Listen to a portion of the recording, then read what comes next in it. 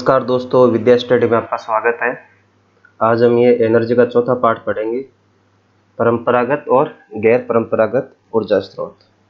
तो ये आपका टॉपिक है रीट में। यहाँ पर हम देखेंगे कि रिन्यूएबल एनर्जी सोर्सेज क्या है, नॉन रिन्यूएबल क्या है, परंपरागत क्या है, गैर परंपरागत क्या है, ट्रेडिशनल हम क्या यूज लेते थे, अब नया जो क्या यूज ले रहे। तो इसमें हम सब कुछ यहाँ पर एनर्जी के बारे में देखेंगे। तो बच्चों देखो एक बार, सबसे पहले हम यहाँ पर ये देखते हैं कि एनर्जी के सोर्स क्या क्या हो सकते हैं। तो यहाँ पर ये पीडीएफ है, आपको यहाँ पर पूरा थ्योरी बेस भी मिलेगा थोड़ा बहुत। एनर्जी के बारे में हम जो कॉन्सेप्चुअल बातें हम जो देख चुके हैं कि एनर्जी क्या है, एनर्जी का मात्रक क्या है, ऊर्जा संरक्षण क्या होता है, गतिज ऊर्जा क्या होता है, स्थितिज ऊर्जा क्या होता है और कितने तरह की ऊर्जा होती है। लेकिन यहाँ पर हम ये देखेंगे, हम फिजिक्स से हटते हुए थोड़ा सा हम साइंस एंड टेक्नोलॉजी की तरफ आते हैं। यहाँ पर यह बताया हुआ है कि एनर्जी का हम कंसेप्चुअल देख चुके हैं, लेकिन अब हमको ये देखना है कि कुछ और भी एनर्जी होती है, जैसे सौर ऊर्जा क्या है, पवन ऊर्जा क्या है, विंड एनर्जी। तो इसके बारे में हम देखेंगे। तो देखो, सबसे पहले यह बता रखा है कि ऊर्जा के विभिन्न रूप है तथा ऊर्जा एक रूप से दूसरे रूप में परिवर्तित हो सकती है। तो ये हम पढ़ चुके हैं पिछले लेक्चर में, इसमें एनर्जी ट्रांसफर हो रही है। तो ठीक है, तो यहाँ पर ये सिर्फ कॉन्सेप्चुअल बात बता रखी है कि एनर्जी क्या है, एक रूप से दूसरे रूप में जा सकते हैं और एनर्जी कंजर्व रहती है। ठीक, अब देखो यहाँ पर बता रखा है कि एनर्जी की जरूरत क्यों पड़ती है। तो ये सबको पता है, यहाँ पर खाना बनाने के लिए, प्रकाश उत्पन्न करने के लिए, यातायात के लिए, मशीनों को चलाने के लिए एंड इंडस्ट्री के लिए, एग्रीकल्चर के लिए। ठीक है, तो यहाँ पर आपको ज्यादा कुछ यहाँ पर नहीं देखना, बस एक ध्यान रखना है। अब देखो यहाँ पर यह बहुत अच्छा बता रखा है कि बढ़िया एनर्जी के जो लक्षण क्या है ना, प्रॉपर्टीज क्या है। अगर एनर्जी बढ़िया हो तो उसका ये है कि एकांक द्रव्यमान अधिक कार्य करे, मतलब उच्च कैलोरी माप। ये आप जो है ना कैलोरीफिक, ये आप ध्यान रखना। उच्च कैलोरीफिक का मतलब होता है, जैसे मान लो कि ये कोई, मान लो कि यहाँ पर कुछ ये ईंधन है, ये मैंने बोल दिया कि ये 1 मीटर स्क्वायर मैंने एरिया ले लिया। अब यहाँ से ये कितनी एनर्जी मतलब इमिट कर रहा है यहाँ से, मान लो इस ईंधन को मैंने जलाया, इसको जलाने से ये कितनी एनर्जी यहाँ से उत्सर्जित कर रहा है, इसी को बोलते हैं अपन उच्च कैलोरीफिक। मतलब यहाँ पे मैंने दो ईंधन लिए, ये पहला ईंधन, ये दूसरा ईंधन, कुछ भी हो सकता है। पहले में मान लो कि एनर्जी कम मिली, यहाँ पर एनर्जी कम मिली और यहाँ पर एनर्जी थोड़ी हमको ज्यादा मिली। इसका मतलब सेम एरिया लिया, मतलब समान हमने क्वांटिटी ली, लेकिन समान क्वांटिटी में सेकंड वाले में हमको एनर्जी ज्यादा मिली। इसका मतलब इसकी कैलोरीफिक वैल्यू अच्छी है। तो ध्यान रखना, एकांक ना पर इसमें मास में हमको ज्यादा एनर्जी मिले, वो अच्छा जो या एनर्जी सोर्स होता है। फिर होता है सस्ता होना चाहिए और उसको अपन स्टोरेज कर सके, आसानी से ले जा सके, ट्रांसपोर्टेशन इजीली हो। उसके बाद में हम ये मतलब अपन इजी है ना, इजी टू यूज हो, आराम से यूज कर सके, इसको ज्यादा मतलब डिफिकल्ट नहीं हो। और सबसे जो इम्पोर्टेंट है वो ये, कहीं पर भी आप देखोगे तो सबसे, अगर आप साइंस पढ़ते हो, ज्योग्राफी पढ़ते हो या कहीं पर भी इकोनॉमी पढ़ते हो, हमेशा एक वर्ड आता है, वो आप ध्यान रखना, सस्टेनेबल डेवलपमेंट। देखो सस्टेनेबल डेवलपमेंट क्या होता है समझना। ये सस्टेनेबल डेवलपमेंट बार बार आपके ये टर्म्स मतलब काम में आएगी। कोई भी सब्जेक्ट पढ़ो, चाहे इकोनॉमी पढ़ो, चाहे कहीं पर भी पढ़ो। और अभी WHO हुआ या जो UN हुआ, तो UN है, तो UN भी क्या कर रहा है, सबसे इम्पोर्टेंट जो है वो है सस्टेनेबल डेवलपमेंट। इसका मतलब ये होता है कि हमको डेवलपमेंट तो करना है, लेकिन नेचर के साथ हमको खिलवाड़ नहीं करना है। जैसे हमको एनर्जी के सोर्स तो हमको पता करने हैं, इसके ज़्यादा से ज़्यादा हमको एनर्जी के सोर्स बढ़ाने हैं, लेकिन पर्यावरण को प्रदूषित नहीं करना है। अगर बिना पर्यावरण को प्रदूषित किए हुए या पर्यावरण का ध्यान रखते हुए हम डेवलपमेंट करते हैं, इसी को बोलते हैं सस्टेनेबल डेवलपमेंट। चलो आगे हम देखते हैं यहाँ पर ईंधन। ईंधन क्या है? ईंधन वह पदार्थ है जो जलने पर ऊष्मा देता है, प्रकाश देता है, ऊर्जा देता है। आप ये बोल दो कि एक बस एक है ना सब्सटेंस है जो बर्न होने पर, कंबसन पे क्या देगा, ऊष्मा देगा और प्रकाश देगा, वो ईंधन है। अब अच्छा ईंधन देखो, अच्छा ऊर्जा की और अच्छा ईंधन की बात ही की है। कैलोरीफिक अच्छा होना चाहिए, मतलब अगर अपने थोड़ा सा भी अगर अपने सब्सटेंस लिया, थोड़ा सा भी हमने कोई पदार्थ लिया तो उसमें एनर्जी अधिक देना चाहिए वो, ठीक है। अधिक धुआं या हानिकारक गैस उत्पन्न नहीं करे। सबसे ज्यादा ईंधन में दिक्कत आती है मीथेन गैस की, ठीक है। और ऑक्साइड, जो कार्बन के ऑक्साइड होते हैं, सल्फर के ऑक्साइड होते हैं, नाइट्रोजन के ऑक्साइड होते हैं, तो ये सब ज्यादा दिक्कत करते हैं। तो ईंधन में क्या होना चाहिए, कैलोरीफिक का मतलब होता है कि कम मास में अधिक ऊर्जा, मतलब कि हमने द्रव्यमान कम लिया है ना, थोड़ा सा टुकड़ा लिया उसका ईंधन का, तो एनर्जी बहुत बढ़िया दे रहा है। दूसरा, हानिकारक गैस उत्पन्न नहीं करे। और मध्यम ज्वलन ताप होना चाहिए, ये भी उन्होंने होना चाहिए कि तापमान बहुत ज्यादा बढ़ गया, ठीक है, एनर्जी अधिक दे लेकिन तापमान उसका कम रहे।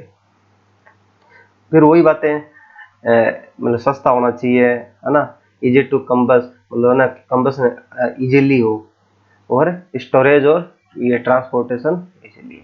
तो बाकी वही है, नेचर को ध्यान में रखे, सस्टेनेबल डेवलपमेंट, ठीक है। तो ये एक थ्योरी बेस था, इसमें हमको ज़्यादा, ठीक है, थोड़ा ध्यान रखना है। वहाँ पे कैलोरीफिक वाला कॉन्सेप्ट अच्छा है। अब हम देखते हैं कि ऊर्जा के सोर्स क्या क्या है। तो ऊर्जा के सोर्स दो तरीके से होते हैं यहाँ पर। तो अब यहाँ पर हम देखते हैं कि एनर्जी के सोर्स पारंपरिक स्रोत है और वैकल्पिक या गैर पारंपरिक, ठीक है। तो इसको गैर पारंपरिक भी बोल दो या वैकल्पिक भी बोल दो, ऑप्शनल अपने पास के। तो देखो, जीवाश्म ईंधन जैसे कोयला हो गया, पेट्रोलियम हो गया, ये सब क्या है, जीवाश्म ईंधन है। तापीय विद्युत, इस जीवाश्म ईंधन को ही जला के हम थर्मल जो पावर प्लांट है वो उसमें यूज में लेते हैं। जल विद्युत, है ना, जो जल विद्युत संयंत्र है, डैम बना लिया हमने, डैम बना के वाटर को गिरा रहे हैं, टरबाइन चला रहे हैं। जे ना बायोमास, जैव मात्रा, जैसे इसको डिकम्पोज करके, है ना, बायो वेस्ट है, सब्जियों का कचरा है, या सब्जियों का जो सड़ी हुई सब्जियां है, सड़े हुए अनाज है, या कुछ भी हम इसको बोल सकते हैं। तो ये बायोमास है ना, बायो वेस्ट का अपन बोल सकते हैं। और पवन ऊर्जा आपको पता है, विंड एनर्जी का ये। तो ये 5 अपने मुख्यतः लेते हैं अपन, ध्यान रखना, हम सबके बारे में हम डिटेल में पढ़ेंगे। दूसरा है गैर पारंपरिक में हम लेते हैं सौर ऊर्जा, जो बहुत इंपॉर्टेंट है। सबसे ज्यादा अभी जो काम हो रहा है इंडिया में वो हो रहा है सोलर पे, ठीक है। तो सोलर पे सबसे ज्यादा काम कर रहा है ये। उसके बाद में समुद्रों से बहुत कम लेते हैं, हालांकि जो ओशियन एनर्जी होती है जिसमें ज्वार भाटा से है, ज्वारीय है, तरंग है, महासागरीय है, तो ये बहुत कम लेते हैं। लेकिन थोड़ा हम पढ़ेंगे जरूर इसको, क्योंकि हमारे एग्जाम के पॉइंट ऑफ व्यू से सारा इंपॉर्टेंट है। हम ये नहीं बोल सकते कि ये इंपॉर्टेंट कम है, ज्यादा है, हमको पढ़ना कंप्लीट है। और उसके बाद भूतापीय, जो अंदर ऊर्जा होती है, अंदर मान लो कि वाटर है, उसका भाप बनती है, स्टीम बनती है, वहां से अपन कहते हैं ना कि गैस, मतलब जो अपन ये जो बोल सकते हैं कि धरती के अंदर की जो ऊर्जा है, उसके अंदर की गर्मी है, उससे ऊर्जा प्राप्त करना, पढ़ेंगे कैसे होता है। और न्यूक्लियर एनर्जी बहुत ज्यादा काम हो रहा है ना, न्यूक्लियर एनर्जी पे बहुत ज्यादा काम हो रहा है, तो वो हम बात करते हैं। अब सबसे पहले हम पढ़ते हैं ऊर्जा के पारंपरिक स्रोत। ऊर्जा के वे स्रोत जो जन साधारण द्वारा वर्षों से प्रयोग में किए जा रहे हैं, ऊर्जा के पारंपरिक स्रोत कहलाते हैं। जैसे जीवाश्म है, बायोमास है, इसका मतलब है कि बहुत टाइम से, अभी नहीं है, बहुत टाइम से इस पे कोई अभी रिसर्च नहीं हुआ है, बहुत टाइम से हो रहा है। जैसे एग्जाम्पल के लिए सबसे पहला हम लेते हैं जीवाश्म ईंधन। देखो, जीवाश्म से प्राप्त ईंधन जैसे कोयला हो गया। अब कोयला ये नहीं कि आज ही बना है, कोई लाखों साल पहले, हजारों साल पहले कोई धरती की उथल पुथल हुई होगी, उथल पुथल से पेड़ है और डिकम्पोज हुए, और उसके बाद में कोयला बना है। पेट्रोलियम है, वो भी ऐसे ही बना है, जीवाश्म ईंधन कहलाते हैं।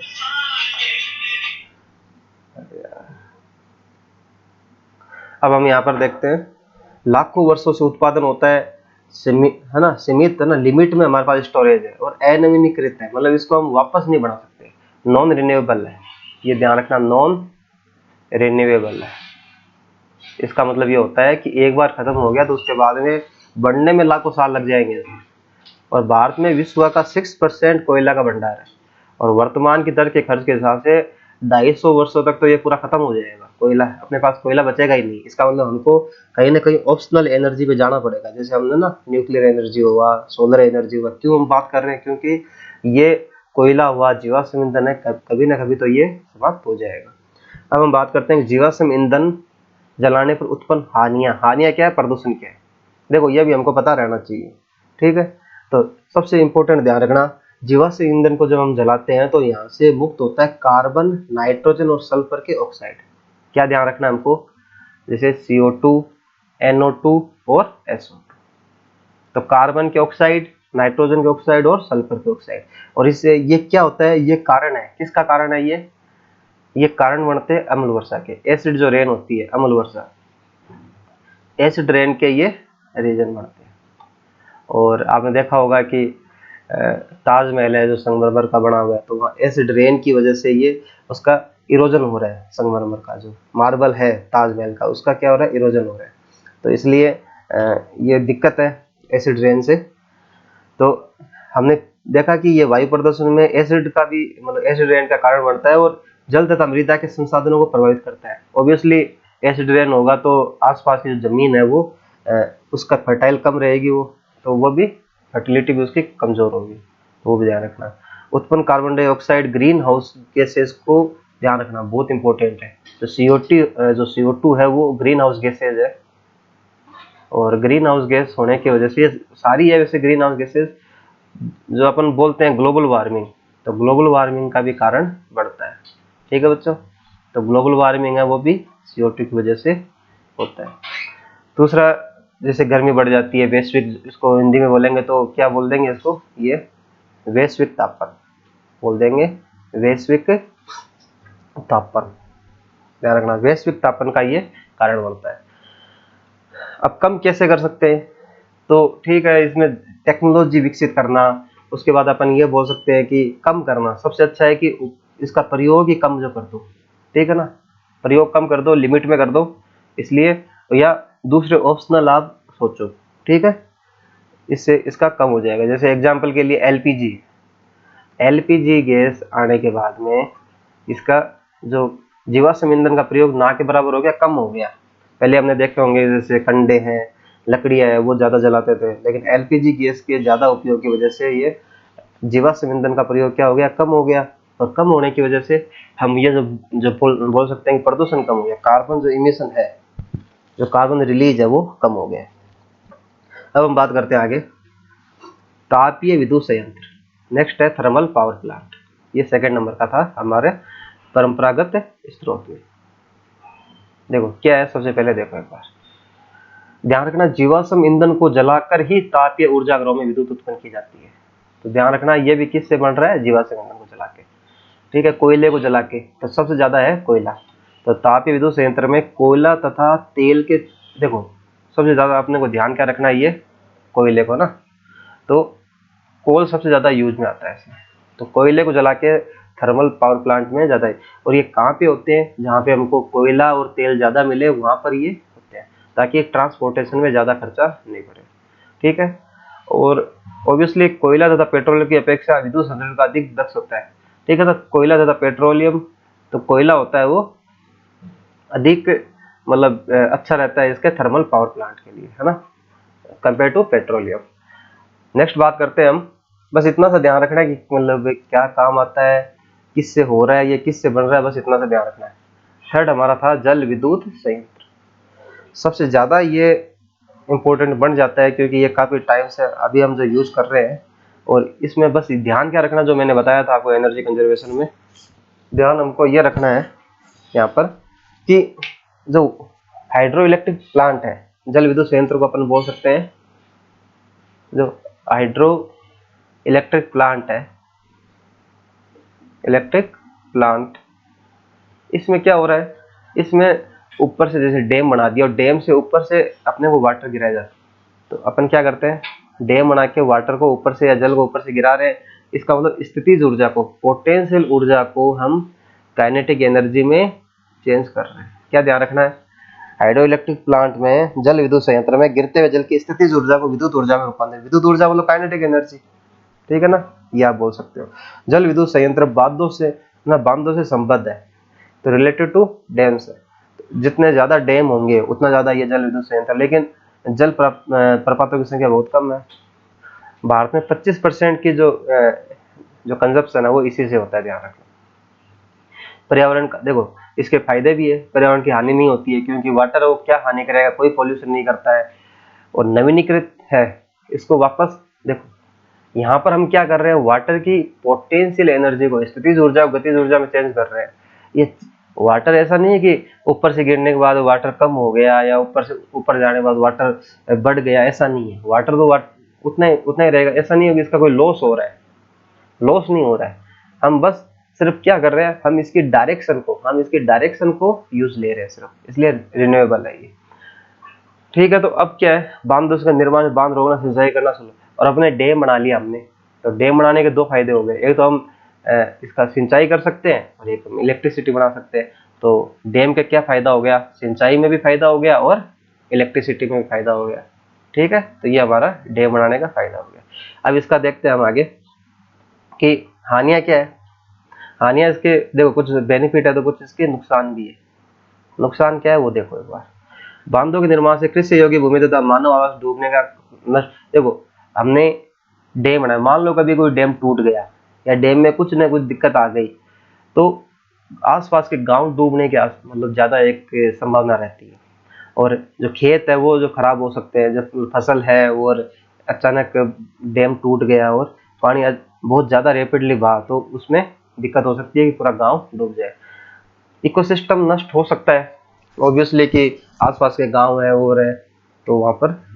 और दूसरा क्या है, पेड़ पौधे वाले देखो, ठीक है, ये बात की बात है कि अगर डूब गए तो मीथेन गैस का उत्पादन होगा, जो ग्रीन हाउस गैसेज है, तो ये बात की बात है। लेकिन ध्यान रखना, ये सब एक दूसरे से जुड़े हुए हैं।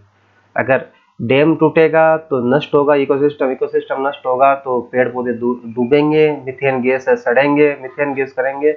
और दूसरा, अगर ऐसा कभी हुआ तो उनको वापस जो ना पुनर्वास करना, वापस उनको सेटल करना लोगों को, वो भी एक बहुत ही डिफिकल्ट होता है, टास्क होता है कि पूरा पूरा गांव खाली करवाना, उन पूरे पूरे गांव को वापस उनको घर बना के देना सरकार के द्वारा, तो ये भी बहुत एक डिफिकल्ट टास्क रहता है।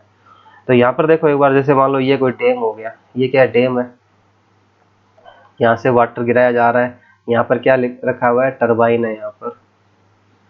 तो इसका जो पोटेंशियल एनर्जी है, जो स्थितिज ऊर्जा है, पोटेंशियल एनर्जी, वो क्या करता है, इस टरबाइन को घुमाता है। ठीक है, और ये फिर एक नदी में छोड़ दिया जाता है पानी को। अब सिर्फ वाटर के फ्लो के कारण ये टरबाइन घूमेगा, और टरबाइन घूमेगा तो यहाँ जनरेटर लगा होता है, और जनरेटर की वजह से यहाँ पे इलेक्ट्रिसिटी जनरेट होती है, और वो फिर ग्रिड की वजह से, मतलब कि ग्रिड की सहायता से आगे डिस्ट्रीब्यूट की जाती है। ठीक है, ध्यान रखना। बस इतना सा है इसका जो कॉन्सेप्ट, और कुछ भी नहीं है, सिर्फ वाटर के फ्लो के कारण हमको एनर्जी मिल रही है। ठीक है ना, तो energy due to flow of water. Next हम यहाँ पर देखते हैं। अब यहाँ देखते हैं बायोमास। बायोमास क्या है, ये हमारा चौथा है। यहाँ पर बायोमास वही है कि कृषि तथा जंतु अपशिष्ट जिन्हें ईंधन के रूप में उपयोग किया जाता है, जैसे लकड़ी, गोबर, सूखे तने, पत्ते आदि। ठीक है, अब इनको क्या करते हैं हम, कि चलो पहले हम देख लेते हैं कि बायोमास इसका क्या है। लकड़ी जैव मात्रा का एक रूप है, जिसे लंबे समय तक ईंधन के रूप में किया जाता है। ठीक है, जलने में बहुत अधिक धुआं देती है, अधिक उष्मा का नहीं देना। ठीक है, लेकिन हम क्या करते हैं कि हम इसकी बढ़ा सकते हैं, हम इसका जो कैपेसिटी है, हम जो बोल सकते हैं, इसकी एफिशिएंसी बढ़ा सकते हैं। कैसे, देखो, लकड़ी को, इसका एग्जाम्पल देखना, बहुत अच्छा एग्जाम्पल है। लकड़ी को वायु की लिमिट में, है ना, एयर बहुत ही कम रखेंगे, आपूर्ति में जलाने पर उसमें उपस्थित जल तथा वाष्पशील पदार्थ बाहर निकल आते हैं, तथा अवशेष के रूप में चारकोल प्राप्त होता है। तो चारकोल क्या होता है, जैसे लकड़ी है, हमने बहुत ही कम ऑक्सीजन रखा और उसको कंबसन किया, जलाया हमने, तो इसमें ऑक्सीजन, इसमें जैसे मान लो वाटर है, कि जो वाटर की है ना मात्रा है, H2 है, वो निकल जाएगा, इसमें जो वाष्प है वो निकल जाएगी, और बाद में हमको क्या बचेगा, सिर्फ एक चारकोल। अब हम देखते हैं, चारकोल लकड़ी से बेहतर ईंधन है, क्योंकि एक तो फ्लेम ज़्यादा नहीं देगा, और धुआं कम देगा, और एनर्जी अधिक देगा। बस ध्यान क्या रखना है, कम धुआं और ज़्यादा कम फ्लेम, या फ्लेम रहेगी नहीं बिल्कुल, और एनर्जी अधिक देगा। ठीक है, तो ये ध्यान रखना। चारकोल भी एक अच्छा उदाहरण हो सकता है कि हम कैसे टेक्नोलॉजी, या कैसे हम साइंस को यूज करके, कैसे हम साइंस का अच्छा यूज करके हम एनर्जी को एफिशिएंट बना सकते हैं। अब है गोबर के उपले, या हम इसको कंडे भी बोलते हैं। ये भी एक बहुत अच्छा जैव इसका ईंधन है। मतलब इसमें हम ये बोल सकते हैं, इसके हानियां भी है और इसके लाभ भी है। लाभ ये है कि इजिट अवेलेबल है ये, लेकिन इसका है कि धुआं अधिक करता है, और दहन न होने का राख बढ़ना, या दहन होने के, आप मतलब अच्छा दहन हो गया लेकिन राख तो बढ़ता है इसका। परंतु इसका क्या है कि इजी टू अवेल, आपने देखा कि एक सस्ता एवं उत्तम ईंधन बन जाता है। अब हमने क्या बोला कि जैसे लकड़ी है वो ईंधन है, इजी टू अवेलेबल है, लेकिन लकड़ी को अपन टेक्नोलॉजी की मदद से हम जैसे हमारे पास क्या था, लकड़ी था, और लकड़ी को हमने क्या बना दिया था, चारकोल बना दिया था। ठीक है, कम ऑक्सीजन में हमने इसको जलाया। वैसे हम जो क्या कर रहे हैं, तो गोबर गोबर है, गोबर के जो कंडे हैं, उपले हैं, वो थोड़ा सा एफिशिएंट नहीं है, लेकिन हम क्या करते हैं इसमें, अब गोबर से हमने क्या बना दिया, बायोगैस बना दिया, तो वो ज्यादा एफिशिएंट है। तो देखो, यही बोलना, इसमें यही बोलना चाह रहा है कि लकड़ी कम एफिशिएंट है, चारकोल ज्यादा एफिशिएंट है, गोबर कम एफिशिएंट है, बायोगैस ज्यादा एफिशिएंट है। तो बायोगैस, गोबर फसलों के कटने के बाद बचे अवशिष्ट जो बच जाते हैं, सब्जियों के जो अवशिष्ट है ना, वाइट मल है, तो इसमें क्या, ऑक्सीजन की अनुपस्थिति में अपघटित या डिकम्पोज होते हैं और बायोगैस का निर्माण करते हैं। ठीक है, अब देखो, methane, carbon dioxide, hydrogen, hydrogen sulphide जैसी गैस उत्पन्न होती है, और जैव गैस को ऊपर टंकी में संचित किया जाता है, जिसे पाइपों द्वारा निकाला जाता है। ठीक है, थोड़ा सा दिक्कत क्या है, मीथेन गैस है वो रहता है, ये कार्बन डाइऑक्साइड, ये थोड़ा दिक्कत करता है वातावरण को। चलो यहाँ पर ये बना रखा है। अब चलो हम ये देखते हैं बायोगैस के लाभ क्या है। उत्तम ईंधन है, 75% तक मीथेन होती है, धुआं उत्पन्न किए बिना जलती है। ठीक है, लकड़ी जलने के पश्चात कोयला लकड़ी की भांति राख नहीं बचती है, तापन क्षमता उच्च होती है, बहुत अच्छा है, इसमें जो हीट मिलती है हमको। ठीक है, प्रकाश के रूप में भी किया जा सकता है, और जो इसकी जो स्लरी बच जाती है, उसमें हम क्या करते हैं, इसका खाद के रूप में भी काम में आती है। ठीक है, और हमने देखा कि जो अपशिष्ट बच गया, तो उसको हमने अच्छी तरीके से यूज भी कर लिया। अब क्या है, चलो नेक्स्ट हम देखते हैं पवन ऊर्जा।